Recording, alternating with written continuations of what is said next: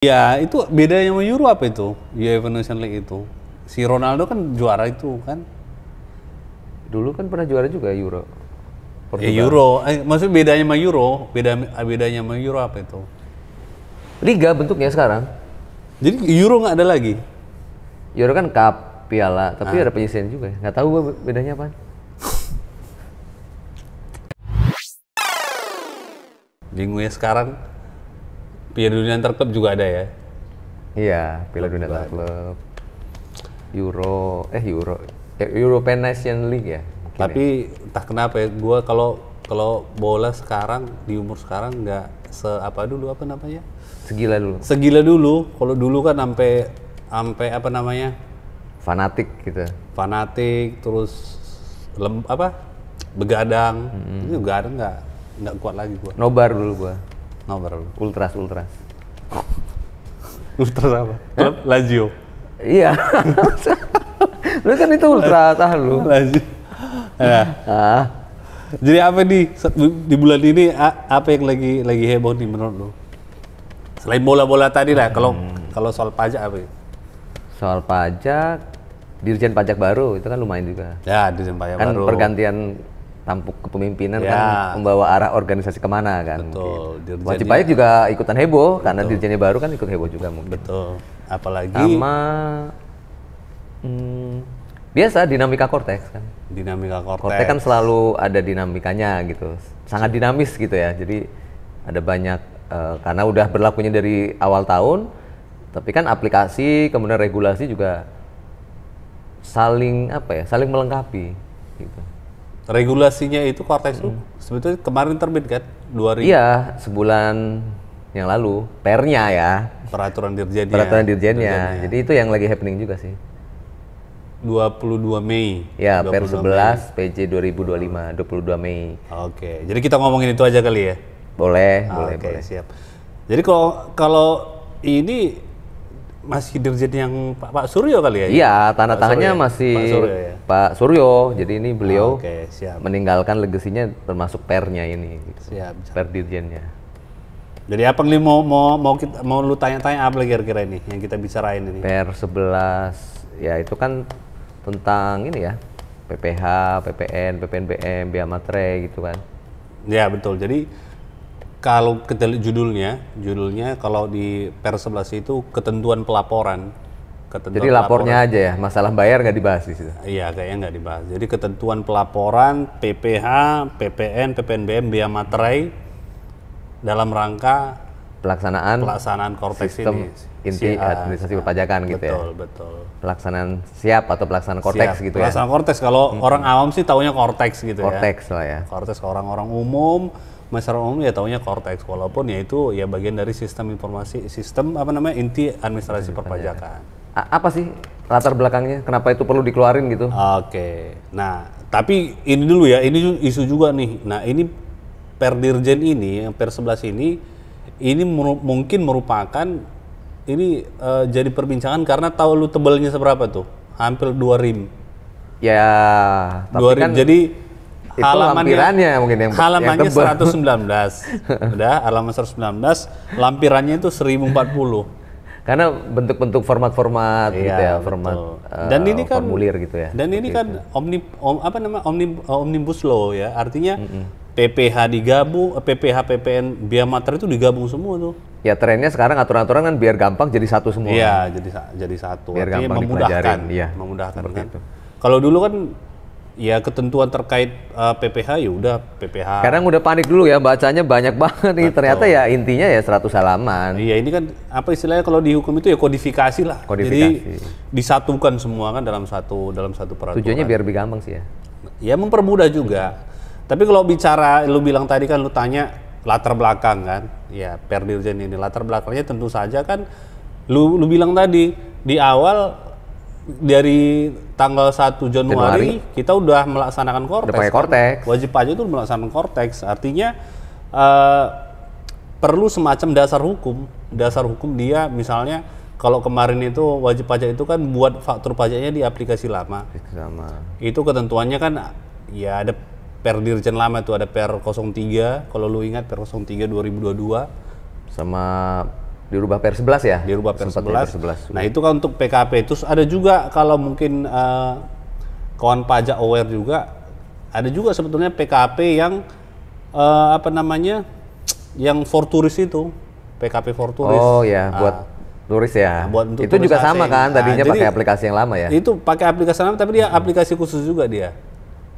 Berarti ya ini untuk menyelaraskan ya. Kita udah pakai aplikasinya, aturannya mana? Gitu Aturannya ya, mana? kan? Nah, ini kan udah buat faktur nih, udah berjalan kan. Ini dasar hukumnya apa gitu kan? Kalau PMK udah oke ya. Iya, PMK kan udah terbit tuh. Ya, PMK tapi kan 81. pelaksanaannya lewat PR ya. Betul. Gitu. Terkait dengan bentuk tata cara lapor, bentuk isi bukti potong, bentuk faktur itu kan diaturnya di Perdirjen kan, di Perdirjen. Jadi ya itu tadi dalam untuk melaksanakan apa tadi, melaksanakan Cortex tadi, kemudian karena memang untuk mengganti Perdirjen karena nggak sesuai. Jadi dicabut lagi, ya per 03 sama per 11 ya? Berlaku terbatas. Ada beberapa bagian yang memang nggak berlaku lagi, tapi ada yang masih dipakai. Berlaku gitu ya? terbatas. Karena memang nanti kalau kita juga bahas bahwasanya mungkin kawan pajak juga boleh lihat nanti apa namanya Perdirjennya. Sampai sekarang sebetulnya ada PKP yang masih bisa untuk menggunakan ini kan. E-faktur desktop. PKP tertentu gitu ya? aplikasi yang lama kan, yang desktop itu masih ada. Jadi untuk mereka itu per 03 per 11 masih itu berlaku masih berarti. berlaku. Aturannya masih sama pakai yang itu. Terus kalau apalagi mau tanya terkait apa sih perubahan apa sih? Ya gitu intinya perubahannya deh, kan biasanya kita kalau baca aturan tebel gitu, ini intinya aja deh. Betul. Intinya tapi terkait PPN-nya aja ya, karena kan yang memang mungkin kan pajak sering alami sekarang PPN ya.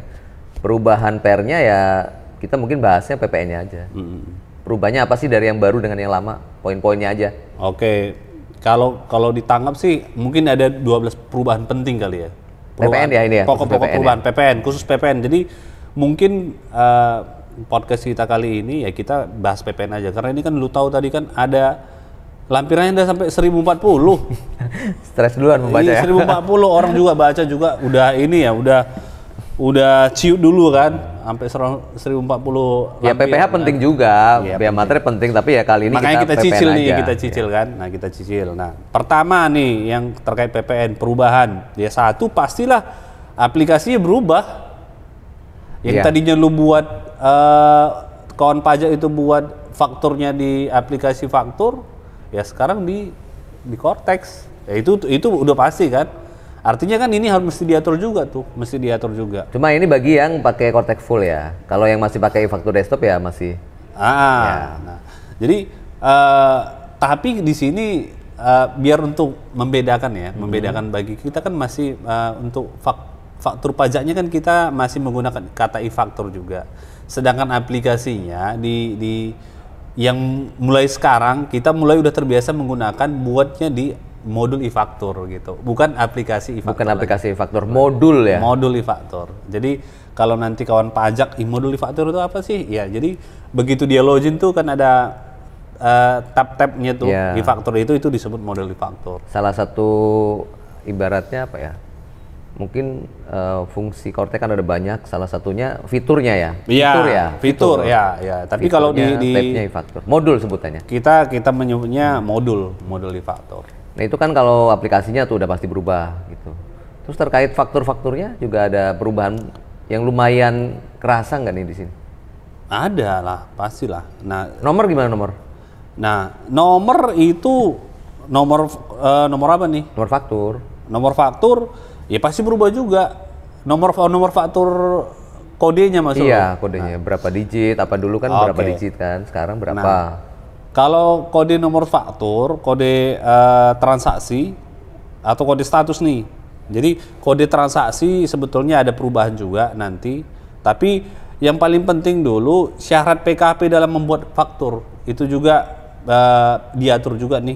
Ada perbedaan di di syarat PKP-nya. Syarat PKP yang dapat membuat di faktur. Kalau dulu kan kalau misalnya PKP kan kalau dulu kan dia kalau mau bisa membuat faktur harus punya sertifikat digital dulu kan, punya sertifikat digital, kemudian harus punya kode aktivasi kan, punya kode aktivasi kan Dan dia kalau mau buat faktur harus punya nomor seri faktur. Ingat nggak lu? Iya, ngambil di Innova segala macam ya. Betul. Jadi wajib pajak itu kalau mau buat faktur pada aplikasi lama, dia harus minta nomor serinya dulu dan harus ada kode aktivasi dulu. Nah, kalau sekarang nih berarti sertifikat elektroniknya berubah ya? Ya, jadi sekarang ya cukup wajib Pak itu punya sertifikat elektronik atau kita juga atau punya kode otorisasi sebetulnya. Kode otorisasi DJP ya? Ya, itu semacam sertifikat elektroniknya yang diterbitkan oleh DJP ya, sebetulnya. Gitu. Jadi kalau sekarang itu ya cuma dua, punya sertifikat elektronik dan kode otorisasi, dan kemudian dia juga punya akses untuk membuat faktur pajak. Akses itu maksudnya? Akses artinya begitu dia daftar PKP kan, begitu si wajib pajak sudah Oh, jadi dia bisa PKP, buat faktur lah intinya. Iya, gitu. dia diberikan akses. Kalau nggak PKP nggak bisa kan? Nggak bisa. Jadi kalaupun misalnya kawan pajak nih udah terdaftar sebagai wajib pajak nih, kalau belum PKP dia modul e-faktur tadi nggak bisa akses dia. Nggak bisa buat faktur lah. Faktur lah intinya. Jadi cuma dua syaratnya sekarang ya. Betul. Modulnya dikasih akses buat faktur, plus tadi sertifikat elektronik ya, atau sekarang bahasanya kode otorisasi DJP lah biar gampang ya. Betul. Nah, itu yang kedua tuh. Nah, yang ketiga, yang perubahan pokoknya juga nih, perubahan pokok ini terkait dengan alamat tempat kegiatan usaha. Alamat tempat, lu ingat nggak kalau alamat tempat kegiatan usaha, kalau sebelumnya kan itu kalau penyerahan ke daerah tertentu, kawasan tertentu itu kan wajib. Nah, itu kan wajib. Nah, di sini diatur di peraturan Dirjen 11 ini itu diatur ada yang sifatnya wajib, ada yang sifatnya opsional. Opsional jadi bisa kita kasih alamatnya kantor pusatnya misalnya. Betul. Bisa atau di bisa alamat tempat kegiatan tertentunya tadi ya. Betul kan. Kadang-kadang bagi wajib pajak kan pemilihan alamat tempat kegiatan usaha itu kan dia bingung tuh. Misalnya kalau kawan pajak ingat juga misalnya pada saat pembuatan faktur, nah pada saat pemilihan NITKU-nya ya. Itu kadang-kadang banyak pertanyaan tuh. Mau NITKU pusat apa NITKU yang bener. Nah, ini diatur di Per 11. Jadi kalau opsional boleh ya, nggak ada larangan ya, nggak harus tadi yang di tempat kegiatan tertentunya. Nah, kalau bagi penjual dia menjadi wajib kalau si penjualnya itu adalah PKP turis asing. Oh, iya. Jadi misalnya nih ada kawan pajak misalnya kan, dia PKP-nya di Jakarta gitu misalnya. Dia punya toko di Jakarta, PKP di Jakarta. Terus dia punya cabang di Bali. Misalnya. Di sana PKP untuk turis asing. Ya? Nah, jadi kalau dia buat faktur di Bali, faktur pajak di Bali, ya karena dia memang untuk turis asing itu tadi, jadi dia pakai alamat di Bali. NITKU-nya NITKU Bali lah. NITKU ya Bali, karena memang untuk turis asing tadi. Betul, untuk turis asing tadi. Tapi kalau misalnya selain itu, dia itu yang sifatnya opsional tadi. Jadi boleh yang pusatnya boleh atau yang cabangnya nggak ada masalah. Tempat kegiatan usahanya juga boleh ya. Iya, nggak ada masalah. Jadi kadang-kadang ini juga untuk memberikan kepastian hukum bagi kawan pajak juga yang sering nanya, Pak ini yang nanya ke kita, ini Pak alamat NITKU-nya diisi apa gitu ya? Sebenarnya dari kemarin juga ya udah kalau nggak pusat cabangnya juga nggak ada masalah sebetulnya. Ada masalah, di gitu. sini udah ada penegasannya nih, udah ditegaskan. Jadi khusus yang PKP untuk turis asing itu harus menggunakan di tempatnya tadi di Bali misalnya. Di Bali. Gitu. Tapi itu dari sisi si penjual. Nah, dari sisi si pembeli, nah terkait dengan alamat itu tadi, itu menjadi wajib kalau penyerahannya itu ke kawasan tertentu. Oh, dari sisi pembelinya? Dari sisi pembelinya nih, misalnya gua jual nih ke lu kan sebagai pembeli. Yeah. Nah, elunya itu punya tempat usaha di Jakarta, satu lagi taruhlah misalnya di Batam, di mana? Ada tadi Bekasi deh, tapi Bekasi itu ya. Kawasan berikat misalnya. Kawasan berikat ya. Nah, karena barangnya itu diserahkan lu minta barangnya tolong ya dikirim ke Bekasi di kawasan berikat. Nah, kawasan berikat kan dapat fasilitas dia kan. Yeah. Nah, untuk dapat fasilitas itu tadi, itu syaratnya pemilihan NITKU-nya tadi, alamat tempat kegiatan usaha tadi harus sesuai dengan lokasi kawasan Bekasi berikatnya. Ya? Seperti itu. Nggak di Jakarta ya? Nggak di Jakarta, di Bekasi. Selain itu ya monggo bebas aja, opsional. Kalau misalnya punya, walaupun ini barang dikirim ke Medan misalnya, padahal Medan bukan kawasan tertentu bukan kawasan bebas, bukan kawasan berikat, mau buat alamat pusat atau cabang masalah. nggak ada masalah. Dia salah klik juga nggak masalah, Iya, nggak ada mau pusat masalah. mau cabangnya. Gitu. Gitu. Terus kalau Yang poin yang intinya dulu nih. nah, terus yang lu bilang kode transaksi juga sebetulnya nggak ada perubahan signifikan. Jadi kode transaksi itu ada penambahan sebenarnya, ada kode transaksi ditambah. Kalau dulu kan sampai 9 kan? Iya. 01 sampai 09, lu ingat kan? Sekarang ada kodenya 10 ya? Kode 10. Nah, kode 10 ini ditambahkan karena memang kode transaksi 10 ini kan untuk penyerahan lainnya nih. Nah, ini sebetulnya sebelumnya itu di ketentuan lama itu masuk ke kode transaksi 06. Ya? Cuman karena memang kode transaksi 06 ini kita khususkan untuk PKP turis asing tadi. Makanya dibuatlah kode 10 tadi ya. Makanya dibuat kode 10. Jadi kalau dulu ya PKP yang 06 tadi bisa digunakan dari penyerahan lainnya dan turis asing, sekarang itu full oleh yang turis asing ya. Terus yang berubah lagi nih yang ke-5 nih, kode status. Kode status. Nah, kode status maksudnya kayak kode kalau di faktur Pengganti gitu ya? Iya, pengganti. Lu ingat kan kalau normal berapa dulu? Kodenya 0 kan? 0. Nah, kalau sekarang 0 dan dulu 1 digit, ingat nggak lu? Iya. 1 digit. Sekarang? Nah, sekarang udah 2 digit tuh. 2 digit. Berarti seolah jadi dari depannya. Jadi kalau 2 digit, jadi kalau 00 itu normal. 00 itu normal, kemudian 01 itu pembetulan pengganti 1 gitu. 02 dan seterusnya, 02 pengganti yang kedua. Ya artinya dengan udah 2 digit ini, jumlah digit faktur itu yang tadinya 16 menjadi 17 sekarang kan. Berarti misalnya 0401 gitu ya? Ya. Bukan 0400 ya? Betul. 0401. 0401, karena dulu kan 0401. Betul. Atau dulu 011 lah, gitu, 011 gitu biasanya. Betul. Nah, Nah, 0401. Nah, itu salah satu perubahannya juga tuh.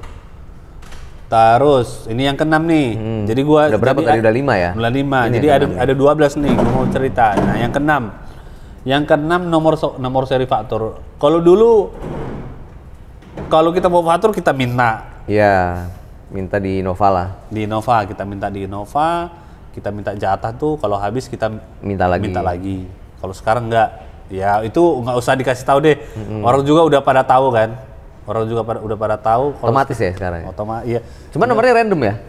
Kayaknya nomornya random. Cuma tadi pas depan-depannya aja kan ada kode. Betul. Di pengganti. Kalau dulu kan gitu. Kadang berurut ya. Mungkin penomornya dari ketika di-upload dia udah dapet kayak nomor sementara yang nggak kelihatan ya, jangan ya. Pas tanda tangan baru keluar tuh.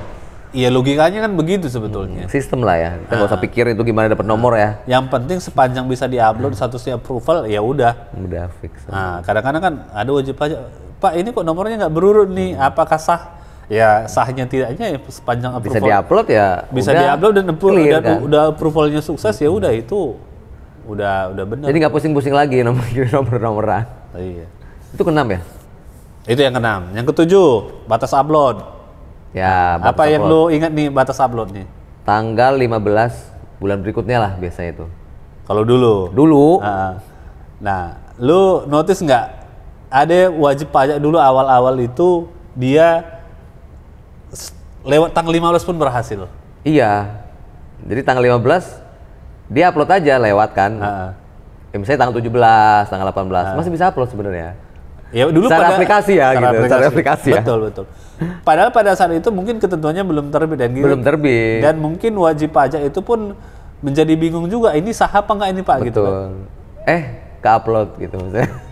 Lewat dari tanggal 15 iya, lupa ya, tanggal 16 tahun seterusnya. Tapi bisa ke-upload gitu. Nah, memang betul. Nah, kalau sekarang di PR11 gimana? Nah, memang kepastian hukumnya nih kita. Betul. Jadi PR11 ini ya udah itu direlaksasi sekarang, jadi ditambah 5 hari kerja. Jadi, ditambah bukan 5 hari kerja, 5 hari deh. Iya, plus tambah 5 tanggal 20 ya. Tanggal 20. Bulan berikutnya. Aman nih, kawan pajak kan suka mepet-mepet nih ngupload tanggal 15, sekarang aman. Tapi udah dibikin tanggal 20 jangan mepet lagi tanggal 20 udah. Jadi ini juga memberikan waktu, karena memang kita tahu ada loh PKP kita itu satu hari sebulan itu bisa menerbitkan sampai 10.000 faktur. Ribuan ya. Lu bayangin 10.000 faktur dalam sebulan. Tapi ini berarti seterusnya ya, bukan sementara aja tanggal 20 ya? Seterusnya. Artinya nanti sepanjang ada aturan baru ya mungkin bisa berubah, tapi kalau nggak ada ya betul. Sampai tanggal 20 kan. Artinya udah ada dasar hukumnya nih. Iya, aman-aman. Dasar hukumnya. Nggak usah takut nih kawan pajak. Betul. Jadi gimana status faktur-faktur yang udah terbit tanggal 17 kemarin, Pak? Sah nggak nih? Nah, sah lah kalau udah ada ininya gitu kan. Nah, kemudian itu ketujuh ya? Ini yang ketujuh. Yang ke-8. Nah, kalau ke-8 itu perubahan pokoknya itu juga terkait dengan PKP retail. Nah, PKP retail itu kalau lu dulu ingat, ini mungkin juga nggak banyak kawan pajak alami karena memang nggak semua. PKP toko retail konsumen akhir itu maksudnya? Bukan. VAT refund for turis. Jadi PKP untuk turis tadi.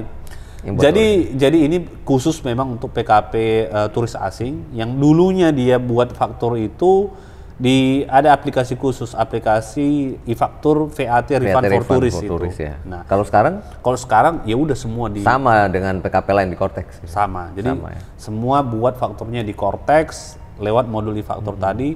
Cuma dia pilihnya kode transaksinya itu tadi. Ya, tadi yang 06 itu tadi. Ya itu sih paling. Terus yang perubahan pokok lagi tuh terkait dengan pembuat jumlah ini, di jumlah faktur, nomor faktur itu digitnya nambah nggak? Ya itu tadi jadi 17 kan? 17 ya tadi ya. Jadi 17 yang karena kode status tadi dari 0 jadi 10. Jadi yang 1 digit normalnya sekarang. Oh yang tadi tambahin 0 di depannya. Iya. Jadi 17. Oh tadi udah ya nomor berapa ya lupa gua. Sekarang udah nomor 8. Berapa lah? 9. Yang 9 itu pembuatannya juga nggak banyak. Pembuatan pemberitahuan ekspor BKP tidak berwujud. Dan atau JKP. Jadi kalau dulu itu kalau pemberitahuan kalau ekspor barang kan pakai PEB ya. Ya. Nah, gimana kalau barangnya tidak berwujud atau JKP? Nah, dokumennya gimana buatnya? Nah, gitu kan. Nah, dulu kan dokumennya itu dibuat manual tuh. Gitu kan. Nah, sekarang itu udah dibuat di Cortex. Jadi lebih aman lah ya, nggak ada manual-manual. Iya, jadi sekarang udah digitalisasi harus semua di Cortex. Itu juga nggak banyak banget lah WP yang nggak terlalu banyak. Apalagi mungkin kalau untuk level KPP Pratama sih nggak terlalu banyak. Mungkin itu menjadi isu kalau di KPP Madya dan BKM gitu kan. Apalagi? Yang ini sih sebetulnya terkait dengan kesalahan pengisian identitas pembeli. Ini sih sebetulnya apa maksudnya kesalahan pengisian identitas pembeli? Jadi ini kan sebenarnya belum diatur, tapi pada prakteknya sih sebetulnya udah dijalankan wajib pajak. Jadi kalau kesalahan identitas pembeli itu kan nggak bisa pakai mekanisme faktur pajak pengganti kan? Ya, harus dibatalkan. Harus dibatalkan kan? Batalan. Artinya ini hanya menegaskan aja. Artinya demi biar ada kepastian aja. Jadi karena sebelumnya nggak diatur di Perdirjen ini udah. Berarti kalau udah salah ya udah batalin. Dia dibatalin. Ya, jadi ya konsekuensinya apa? Konsekuensinya pada saat pembatalannya, pada saat membuat faktur baru yang benar, itu kalau bisa jangan lewat. Jangan lewat masa bulannya. Betul. Biar masih dalam masa pajak yang sama. Betul. Karena takutnya nanti bisa masuk kategori terlambat menerbitkan faktur ya kena sanksi denda. Tidak sesuai dengan masa. Ya. Betul. Nah itu tadi. Jadi lebih jelas ya sekarang ya. Iya betul. Jadi menjadi catatan ya kesalahan pengisian identitas itu tidak bisa dilakukan penggantian faktur. Harus itu sebetulnya pembatalan. Harus pembatalan. Itu sebetulnya udah dijalankan biar oleh lebih pastinya di sini langsung ditulis lah gitu. Betul. Terus yang ke-11 nih. Yang ke-11. Nah, yang ke-11 ini terkait dengan faktur pajak pengganti setelah dilakukan retur. Setelah dilakukan retur. Nah, setelah adanya nota retur atau nota pembatalan. Maksudnya gini. Jadi kalau misalnya nih ada wajib pajak, udah dia buat faktur pajak nih normal kan? Normal. Faktur pajak normal. Kemudian dia retur. Ya. Udah. Kemudian buat faktur pajak pengganti lagi. Ya. Jadi kalau sekarang kalau dia buat faktur pajak pengganti ya atas faktur pajak yang udah diretur, maka nota returnya itu nggak dianggap. Oh, jadi ikut hilang lah bahasa. Ikut hilang. Ikut batal. ikut ganti lah ya. Iya, dan harus dibatalin Harus juga. dibatalin juga ya. Karena ya logikanya kan udah tersistem nih angka yang ditarik faktur pajak pengganti tadi kan udah memperhitungkan nilai retro tadi kan. Jadi konsekuensinya nanti bagi wajib pajak misalnya dia harus membetulkan SPT masa pajak dilakukan faktur pajak pengganti, dan juga kalau misalnya masa pajak di retro itu terjadi. Konsekuensinya begitu. Karena returnya udah nggak dianggap. Udah nggak dianggap, udah jadi ikut batal juga bahasanya. Iya, seperti itu. Udah hilang returnya. Nah, itu pokok perubahan yang ke-11. 11. Ini satu lagi. Terakhir yang paling penting ini terkait dengan ketentuan peralihan, itu diatur 5 pasal di per ini. Mungkin ada sekitar 5 atau 6 pasal. Ketentuan peralihan apa aja tuh? Nah, pokok-pokoknya sih intinya terkait dengan penggunaan aplikasi e-faktur bagi PKP tertentu tadi. Ya. Nah, bagi PKP tertentu tadi, artinya ketentuan per 03 yang lama, per 11 itu masih berlaku untuk mereka. Artinya apa? Artinya mereka kalau mau buat faktur harus minta nomor juga. Faktur, ya. Harus minta Mesti nomor. pakai Innova. Mesti. Walaupun kalau ketentuan misalnya kalau dulu kan kalau kita minta nomor seri faktur SPT 3 bulan terakhir harus dilapor. Ya. Nah, tapi ini nggak berlaku. Tapi khusus kalau mau buat faktur minta nomor seri dulu. Terus yang diatur nih lagi terkait dengan ketentuan peralihannya, misalnya lu tahu kan di awal-awal dulu e-faktur juga WP udah nginput bener, tapi tahu-tahu hasil cetakannya salah nggak sesuai, nggak sesuai gitu, bukan salah nggak sesuai cetakan ya. PDF-nya misalnya nggak sesuai. Iya, kemarin dia nginputnya udah bener, tapi kan begitu di print atau di download kok hasilnya ini. Nah, gimana tuh? Nah, itu dikasih relaksasi nih untuk masa pajak Januari, Februari, Maret. Sampai Maret ya? Iya, jadi itu dianggap benar. Dianggap sah ya? Dianggap sah. Jadi jangan khawatir bagi kawan pajak yang kemarin cetakannya nggak sesuai. Berbeda, tapi ya? sepanjang ini ya, sepanjang di sistem kita memang dia udah nginput bener nih. Berarti misalnya di daftar pajak keluarannya udah benar, tapi ketika di download PDF-nya beda. Iya, nah, betul. itu kan berarti kita udah nginput bener ya, Betul. karena di daftar pajak keluaran udah bener tuh. Tapi hasil cetakannya beda nih. Betul. Tapi itu jadi ada relaksasinya ya. Nah, itu untuk Januari, sampai Februari, Maret. Karena kita pun menyadari ya pada masa-masa itu kan banyak kejadian. Iya, masih begitu, banyak kan? kayak tadi pengembangan segala macam di aplikasinya juga. Nah, betul. Ya konsekuensinya juga artinya juga bahwa ya bagi pembeli itu sah untuk dikreditkan. Sah untuk dikreditkan.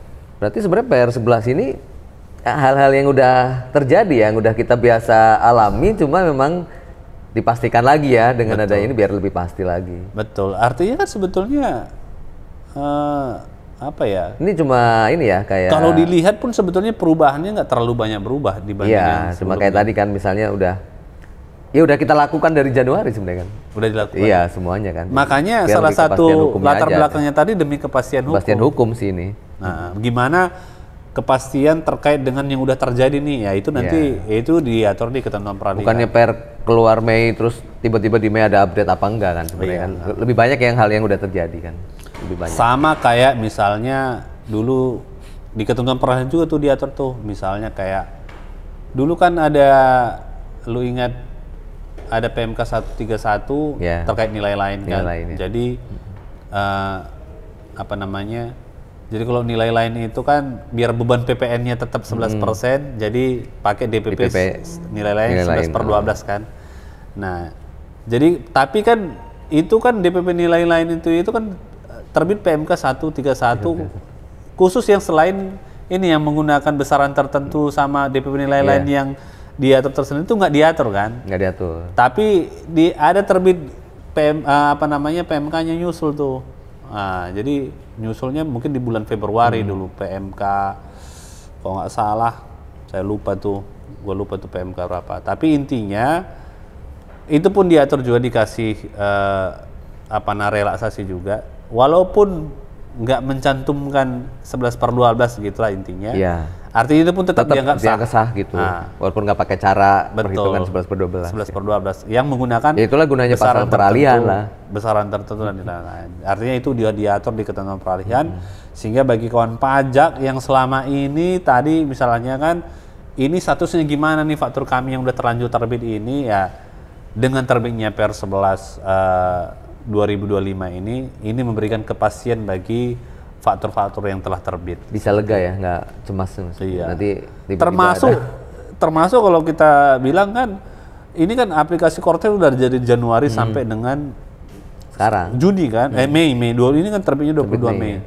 Ini kan udah terbit cetakan faktur, padahal format fakturnya belum diatur gitu kan. Betul. Formatnya aturannya baru keluar sekarang. Tapi kan ini berlaku dari Januari juga. Apalagi kan kadang berubah-ubah ini ya gitu. Ini kan. sekarang udah fix ya mungkin. Udah fix. Nah, yang terkait itu tadi, yang udah terjadi misalnya kesalahan apa segala macam itu, ya udah ini udah diatur tuh ini di ketentuan peralihan, artinya udah sah. Nah, satu lagi yang ini merupakan perubahan yang mungkin memudahkan bagi kawan pajak juga nih, terkait dengan ini udah diatur juga baik itu terkait PPh dan PPN pembulatan. Oh iya, pembulatan. Sekarang gimana pembulatan nih? Pembulatan ini udah disesuaikan dengan gimana sih pembulatan biasanya yang dilakukan oleh kawan pajak. Misalnya kalau kawan pajak itu kerja di Excel, di Microsoft di aplikasi, Excel ya aplikasi maksudnya. lah, mungkin aplikasi apapun. Microsoft Excel di kalkulator gitu kan, pembulatannya kan ya kalau 0,5 ke atas, dibulatkan ke atas gitu kan, 0,5 itu dibulatkan ke bawah gitu kan. Nah itu sekarang di Perdir ini udah mengatur itu. Jadi artinya kalau Excelnya wajib pajak udah begitu ya udah hasilnya itu. Hasilnya itu juga. Secara aplikasi juga ngikut. Nah, diselaraskan dengan gimana sih proses bisnis yang berlaku. Itu sih paling garis besarnya seperti itu. Udah sih ya, kayaknya PPN itu aja ya. Garis besarnya itu, walaupun mungkin nanti kalau untuk lebih jelasnya lagi, kalau kawan pajak baca-baca lagi tuh ya. Kalau ada waktu baca-baca lagi tuh PR 11 yang hampir 2 RIM sebenarnya, hampir 2 RIM. Format, tapi nggak usah dipikirin karena kan kecetak di Kortex juga. Tapi kalau kawan pajak tadi udah menyimak podcast kita ini ya, secara garis besar itu sih perubahannya. Artinya, udah nangkap nih. Artinya kalau belum baca pun misalnya, sekilas dia mengikuti podcast ini udah tahu poin-poinnya ini sebetulnya gitu. Jadi kalau nggak melakukan kesalahan yang di luar yang kita bahas ya harusnya aman lah gitu kira-kira. Ya itu sih. Jadi lu jagoin siapa? Apa nih? Piala Dunia Antar Klub. Piala Dunia masih lama kali ya? Piala Dunia Antar Klub. Nggak ada lah jagoan kita. Nggak tahu. Piala Dunia Antar Klub kayaknya kurang gini ya di Indonesia. Kurang apa ya? Kurang gaungnya kali ya. Piala Dunia Antar Klub. Lebih menarik gaungnya Kortex. Lebih menarik gaungnya Kortex. Oke, itu kali ya. Oke. Sampai juga udah ini ya, sampai jumpa aja kali ya. Iya, jangan lupa subscribe ya. Subscribe di KPP Jakarta Sawah Besar 2. Dadah. Bye.